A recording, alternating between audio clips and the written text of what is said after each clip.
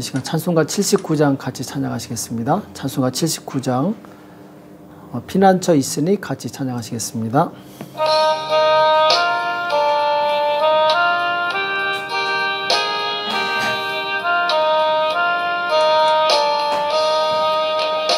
피난처 있으니 환난을 당한 자 이리 오라.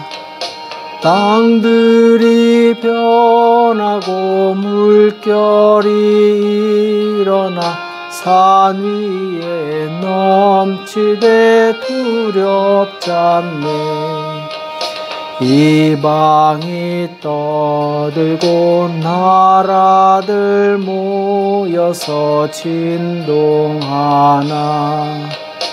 우리 주 목소리 한 번 발하시면 전하의 모든 것 망하겠네. 만유주 여호와 우리를 도우니 피난처요. 세상의 난리를 그치게 하시니 세상의 장검이 쓸데없네.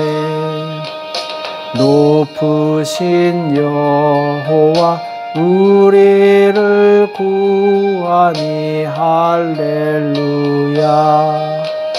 괴로움이 심하고 환난이 극하나 피난처 있으니 여호와요.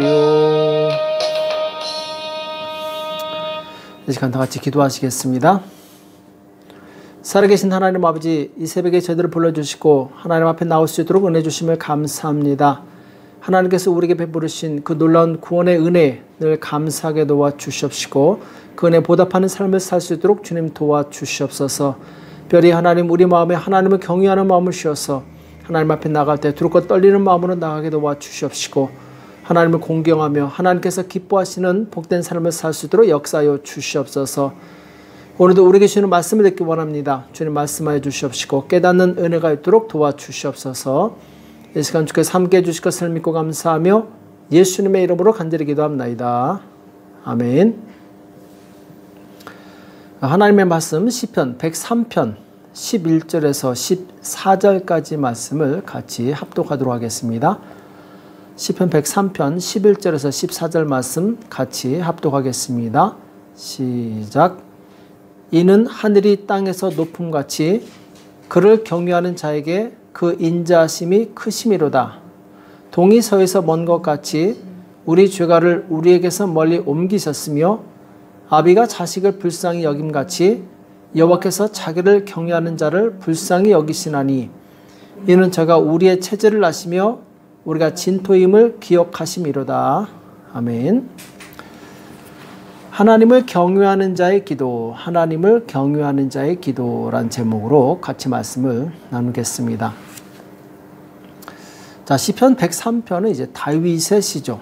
다윗이 하나님께서 베푸신 그 놀라운 은혜와 은택, 그 자비로 인해서 하나님을 송축하는 내용이 나옵니다. 1절부터 보면은 내 영혼아 여호와를 송축하라. 내 속에 있는 것들아 다 그 성호를 송축하라. 내 영혼아 내 여호와를 송축하며 그 모든 은택을 잊지 말지어다. 자, 하나님을 송축하라. 그러면서 하나님께서 베푸신 그 은혜를 잊지 말라고 말씀하고 있습니다. 그리고 하나님의 속성에 대해서, 인자하신 속성에 대해서 말씀하고 있는데 3절부터 보면은 저가 내 모든 죄악을 사하시며 내 모든 병을 고치시며 내 생명을 파멸해서 구속하시고 인자와 긍휼로 관을 씌우시며. 자, 하나님께서 우리에게 행하신 가장 큰 은혜는 바로 우리의 죄를 구속해 주신 것입니다. 용서해 주신 것이죠. 그래서 죄인이 용서함을 받아서 지옥에서 천국으로, 사망에서 생명으로 옮길 수 있었던 것은 바로 이 놀라운 하나님의 이 대속의 은혜 때문에 그렇습니다.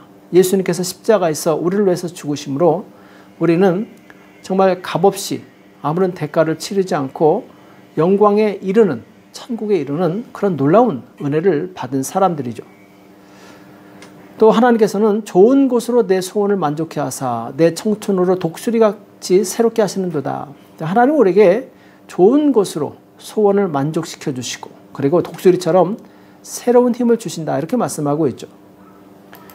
또 8절에 보면은 여호와는 자비로우시며 은혜로우시며 노하기를 더디하시며 인자하심이 풍부하시도다 이렇게 말씀하고 있습니다. 그야말로 사랑과 은혜가 풍성하신 하나님에 대해서 감사하고 또 송축하는 내용이 계속해서 나오고 있죠. 자, 그런데 우리가 조심해야 될 것이 있습니다. 하나님은 분명히 은혜와 사랑의 하나님이십니다. 그러나 하나님께 나아갈 때는 반드시 우리가 하나님을 경외하는 마음으로 나아가야 된다는 것입니다. 그래서 오늘 11절부터 14절 오늘 본문에 보면은 하나님을 경외하는 자의 그 축복에 대해서 그 하나님께서 주실 인자심에 대해서 말씀하고 있죠. 11절에 보면은 하늘이 땅에서 높음 같이 그를 경외하는 자에게 그 인자심이 크심이로다. 자, 하늘이 땅에서 높음 같이. 자, 하늘이 얼마나 높습니까? 어떻게 보면 과장법이죠. 하나님의 인자심이 저 하늘만큼 모든 우주 공간을 가득 채울 만큼 그렇게 크시다 이렇게 말씀하고 있습니다. 자, 그런데 누구에게 그런 인자를 베푸시느냐? 여기 보면 그를 경외하는 자에게라고 말씀하고 있습니다. 하나님을 경외하는 자에게 바로 하늘과 땅을 가득 채울 정도의 큰 인자심을 베푸신다고 말씀하고 있죠.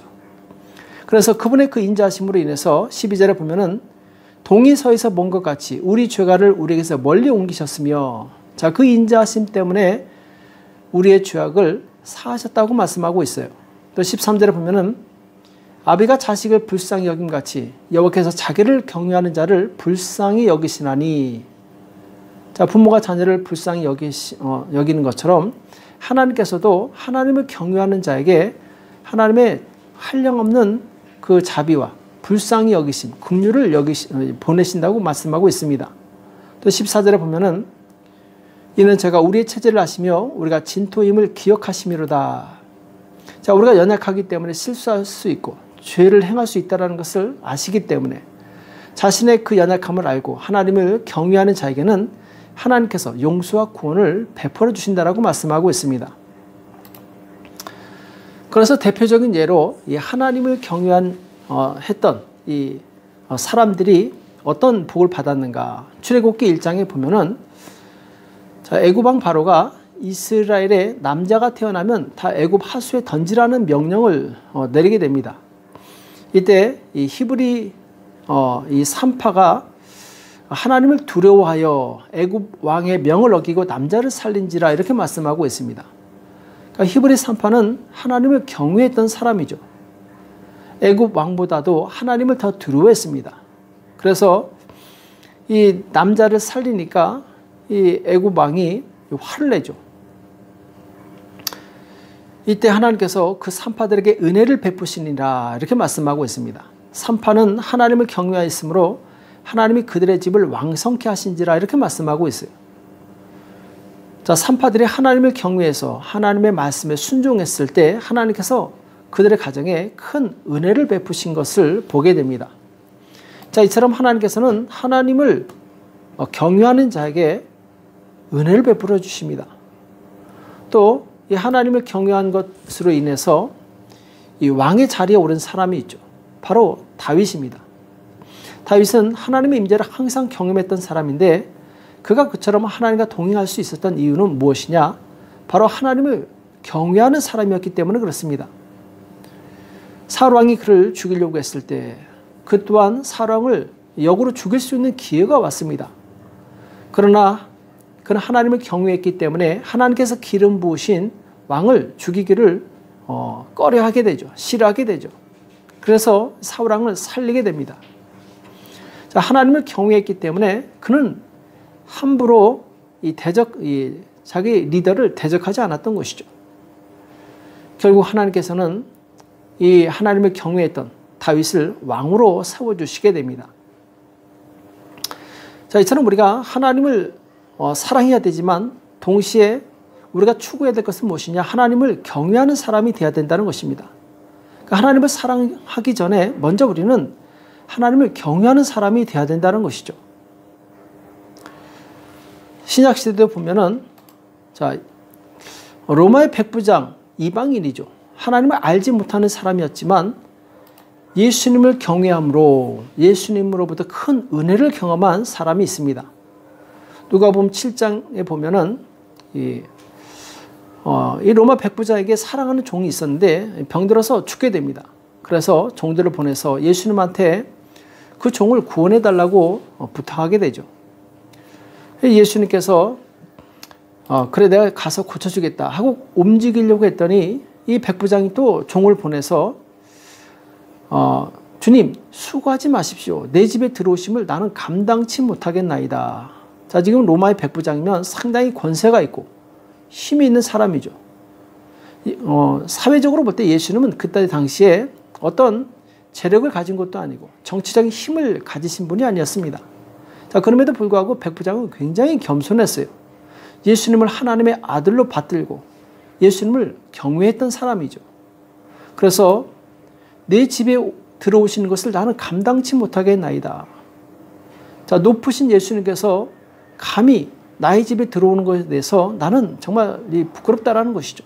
이 얼마나 겸손한 표현입니까? 또 얼마나 예수님을 공경하고 사랑하고 그리고 두려워하는 표현입니까? 자, 이처럼 백부장은 이방인임에도 불구하고 예수님을 경외하는 놀라운 믿음을 가지고 있었어요. 그래서 내가 주께 나아가기도 감당치 못할 줄을 알았나이다. 말씀만 하사 내 하인을 낫게 하옵소서 이렇게 부탁을 하게 되죠. 그러니까 예수님께서 감히 나 같은 자의 집에 들어오는 것을 나는 감당할 수 없으니 말씀만 하십시오. 그러면은 내 하인이 나을 것입니다. 자, 정말 대단한 믿음입니다. 예수님께서는 이 소리를 듣자마자 주위를 둘러보시면서 이스라엘 중에 이만한 믿음을 내가 발견하지 못했다 하면서 감탄하시게 됩니다. 그리고 그 자리에서 멀리 있는 그 백부장의 종을 치료하시는 내용이 나옵니다. 자, 여기 보면은 이 백부장의 믿음, 예수님을 경외하는 이 믿음 얼마나 놀라웠는지 그냥 말씀만 하시면은 내 종이 낫겠나이다. 그만큼 예수님에게는 권위가 있다는 것이죠. 그 말씀에 능력이 있다는 것을 백부장은 믿었던 것입니다. 자, 이처럼 예수님을 경외한 이 백부장에게 예수님께서는 큰 능력을 베풀어 주시게 되죠. 우리는 먼저 예수님을 믿을 때 바로 예수님을 경외하는 마음을 가져야 됩니다. 이 경외하는 마음이 없이는 우리는 이 신앙생활을 절름발이 신앙생활하는 것과 같게 되죠. 시편 103편 11절에 보면은 이는 하늘이 땅에서 높음같이 그를 경외하는 자에게 그 인자하심이 크심이로다 이렇게 말씀하고 있습니다. 자, 하나님을 경외하는 자에게 인자하심이 크도다. 그러니까 하나님을 경외하는 것이 먼저 나오게 됩니다. 하나님을 경외하는 자에게 하나님께서 큰 인자, 사랑을 베푸신다라는 것이죠. 자, 이 경외라는 이 사전적 의미는 공경한다, 두려워한다, 공경하고 두려워한다 이런 뜻을 가지고 있습니다. 그래서 하나님을 경외한다는 것은 하나님을 높여드리고 그분 앞에 나갈 때 두렵고 떨리는 마음으로 나가는 것을 의미합니다.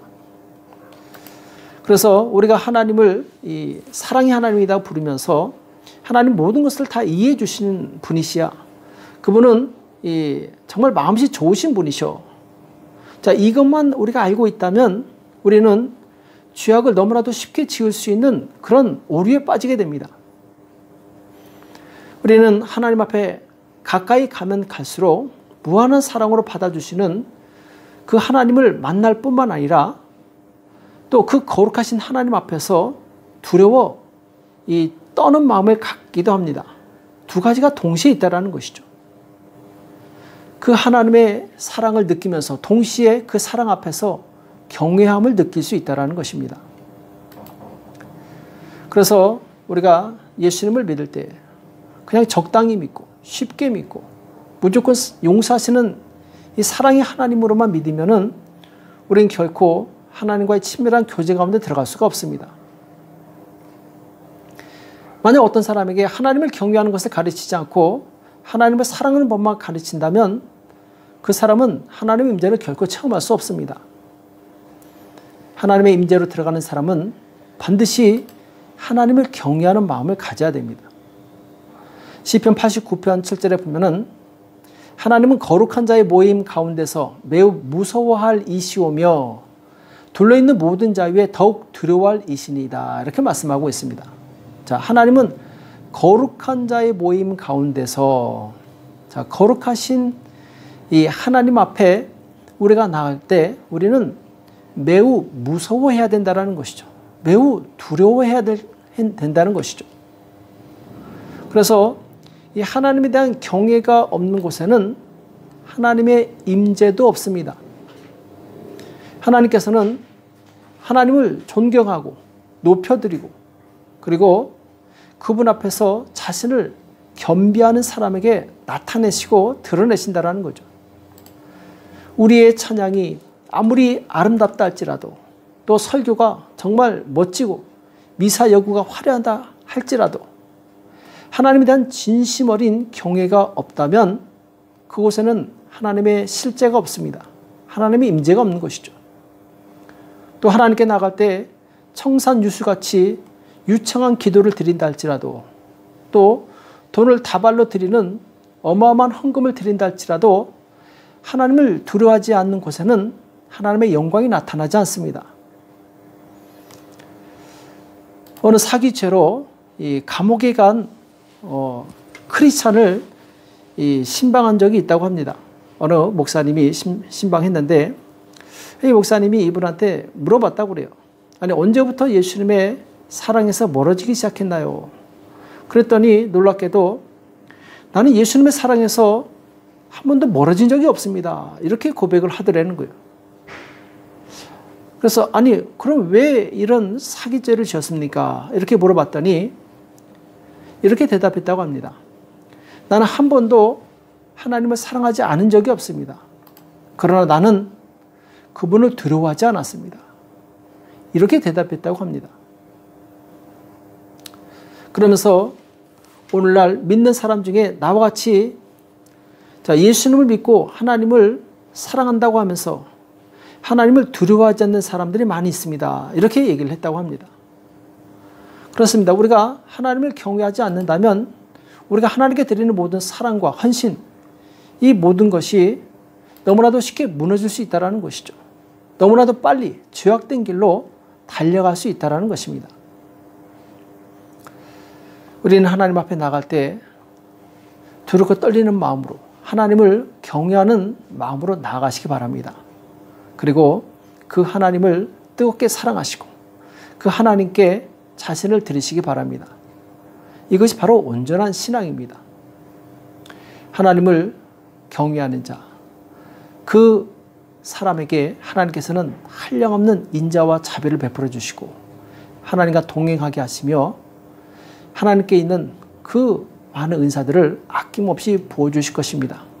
오늘 우리는 하나님을 경외함과 하나님을 사랑함, 이 두 가지 조화로운 균형을 이루어서 하나님 앞에 존귀하게 쓰임받는 저와 여러분이 되시길 예수님의 이름으로 축복합니다. 기도하겠습니다. 살아계신 하나님 아버지, 오늘 우리에게 말씀해 주심을 감사합니다. 하나님, 정말 하나님의 사랑이시오. 우리에게 말할 수 없는 용서와 자비를 베푸시는 이심을 우리가 알고 믿습니다. 그러나 또한 하나님, 우리가 하나님 앞에 나갈 때 하나님을 경외하는 마음으로 나갈 수 있도록 도와주시옵소서. 두렵고 떨리는 마음으로 나가게 도와주시옵시고 그래야 하나님을 기쁘시게 할 수 있는 신실한 그리스도인이 될수록 축복하여 주시옵소서. 오늘도 기도할 때 성령께서 역사해 주실 것을 믿고 감사하며 예수님의 이름으로 간절히 기도합나이다. 아멘. 오늘 말씀 기억하시면서 하나님, 내가 하나님을 경외하는 사람이 될 수 있도록 그리하여 정말 하나님의 경외함과 하나님의 사랑함이 조화를 이루는 사람이 될 수 있도록 도와달라고 나라와 민족을 위해서 교회와 가정과 자녀를 위해서 이 시간 합심해서 간절히 기도하겠습니다. 기도하겠습니다.